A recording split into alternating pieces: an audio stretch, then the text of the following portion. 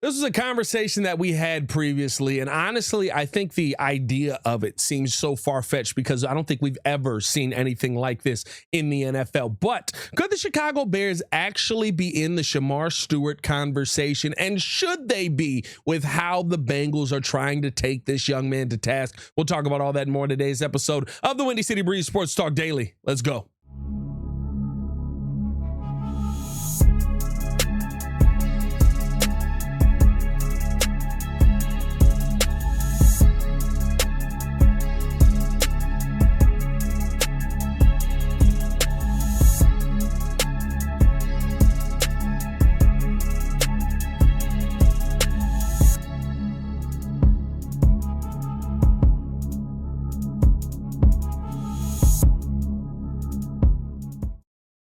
If you are rocking with the channel, man, hit that like button, subscribe to the page. We do talk Chicago sports daily on this channel. It's the only channel talk Chicago sports, how Chicago talk. So make sure that you get in tune with us, man. Listen, the Shamar Stewart conversation is an interesting one. I know some people are going to look at this video and say, but Pat, like, why are we even having this conversation? It's not likely to happen. Well, actually, every day that goes by in this process makes it more and more likely that Shamar Stewart may not be a part of this Bengals team moving forward. Now, the more likely outcome is that they both come to an agreement. They kind of figure this thing out. One side is not happy with the other, and you move on. But it doesn't seem like that's happening anytime soon. And so I think you could stir up some conversation if you were the Chicago Bears and you were interested in the possibility of going after Shamar Stewart. Here's what his agent, Zach Hiller, had to say about the topic. He said, obviously my job and all agents' jobs is to protect the players. He told this to Mike Florio of Pro Football Talk. Simply put, Shamar would, of course, love to sign his contract and for it to be as protective as the rest of the Bengals teammates have in the past. And simply put, the way the contract currently reads, it's not as protective. If you want to make changes to your precedent, it should be a negotiation. It should be give and take. It shouldn't just be, hey, we're changing this and sign it or go scratch. And from the player side, I think that makes total sense. The Bengals are trying to put these new precedents into their rookie contracts because of what has happened with the fully guaranteed deals that we saw from the first two picks of the second round. But I think even with this, like, this is a slotted contract. This is something where the Bengals are doing a completely different thing. They are trying to force a young man into a contract that basically voids his guarantees if they don't feel good about you that day or if they don't like you that day. There's no shot in the world that he should sign that contract. And I love the fact that he's so dug in on this. He's saying basically 100%, I will not be on the field for the Cincinnati Bengals if this is how they're going to treat me. And I think that's where kind of the Chicago Bears could step in, because if you're Shamar Stewart right now and you're looking at how they're treating a 35-sack player in 2 seasons in Trey Hendrickson, who is scrimping to try and get what is fair value for probably the second best pass rusher in the NFL, do you really want to be a part of that organization? This could go deeper than just, hey, you know, we're dug in here and we don't want to, you know, be a part of this Bengals organization. I think you see his agent saying that he does want to be a part of this Bengals organization, and that could be some posturing. But if I'm Shamar Stewart and I'm looking at the situation in Cincinnati, I don't want to be there. Oh, by the way, I don't even know how well he fits into that defense in the long run. Maybe he is Trey Hendrickson, and you'd love to see those two work together, but you can't get a deal done with Trey Hendrickson, let alone your first-round rookie.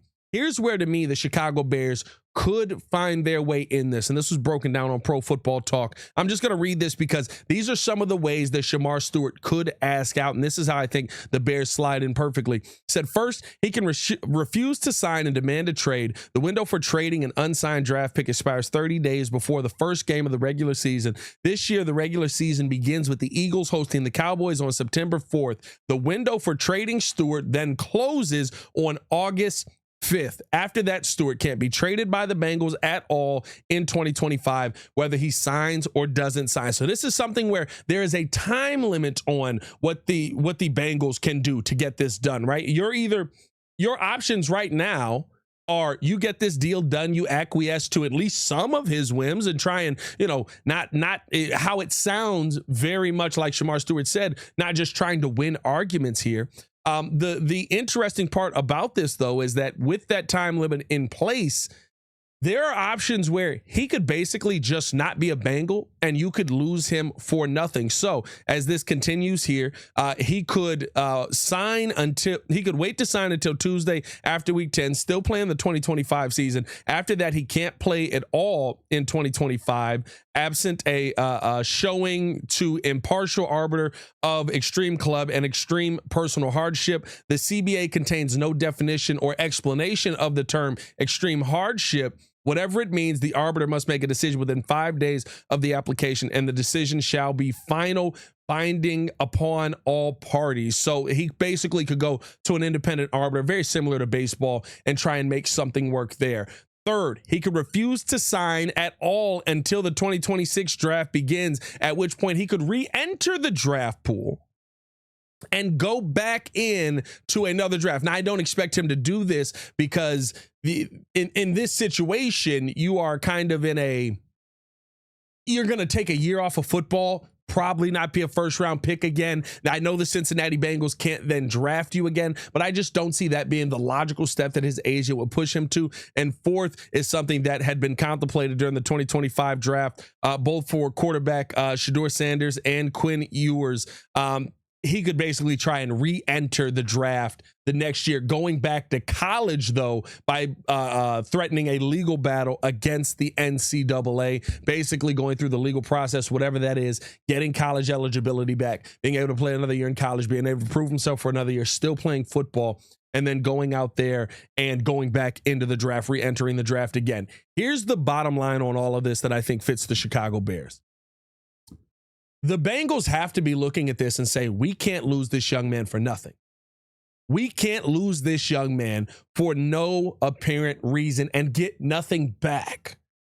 And that's the position that every day that goes by, the Cincinnati Bengals are in. To me, Shamar Stewart is a player who I wouldn't have picked him in the first round because of the limitations that he had in college. If you're the Chicago Bears, though, and you call up the Cincinnati Bengals and you say, listen, we got a second-round pick for you coming next year. We know this kid's going to take a little bit of time to develop. We know he's going to take a little bit of time to build up, but he does fit Dennis Allen's defense really, really well. You're going to lose him for nothing because whatever's going on over there, I don't care. You're going to lose him for nothing because both of you guys are so dug in that you don't want to see the other side win here. Why don't you send him to us? We'll send you back a second-round pick. You'll have an extra pick in next year's draft. You don't have to deal with the headache. We'll get the contract signed. We'll work on it. Now, you get another first-round pick in the building. You find a way to get that. You've got a five years of control on him instead of 4. You're basically adding 2 first-round picks to your team and what you already have in Colston Loveland and now Shamar Stewart on the other side.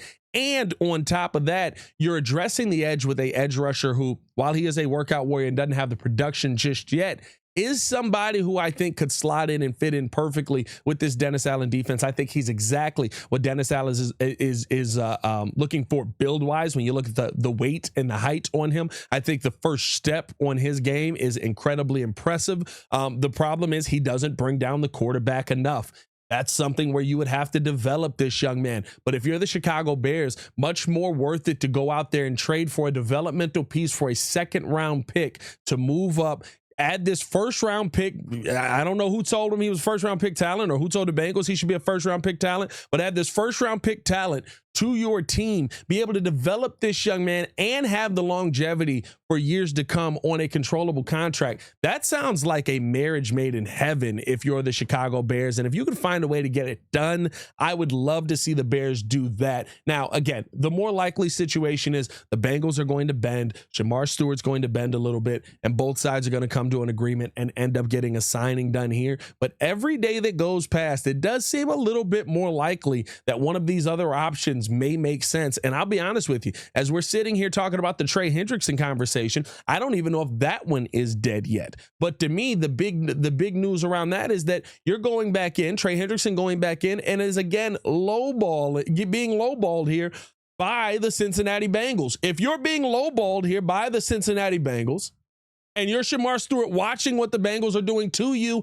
and to Trey Hendrickson, again, I ask the question, why would you want to be a part of that organization? If it's me, I'm exhausting all my means to try and find my way out of Cincinnati. I think Chicago could be a really good fit for this young man, and Dennis Allen could turn him into the player that he probably is expected to be, which is probably still a nice rotational player. I don't go as far that this dude is all of a sudden magically going to wake up because he lifts like Myles Garrett and all of a sudden he's going to start playing like Myles Garrett. Workout warriors don't always turn into great football players. This young man feels like a workout warrior. I don't know if he's going to be a great football player, but I'm more willing to take that chance for a second-round pick in the future than a first-round pick, especially for a young player that could possibly help you this season. Let me know how you guys feel in the comments below, man. I'll be down there talking with you guys as well. Do you think that it makes sense if you can get him for cheaper than a first-round pick to go after a guy like Shamar Stewart to add to this defensive line, to add to that edge rush room? Let me know how you guys feel in the comments below. Like I said, I'll be down there talking with you guys as well.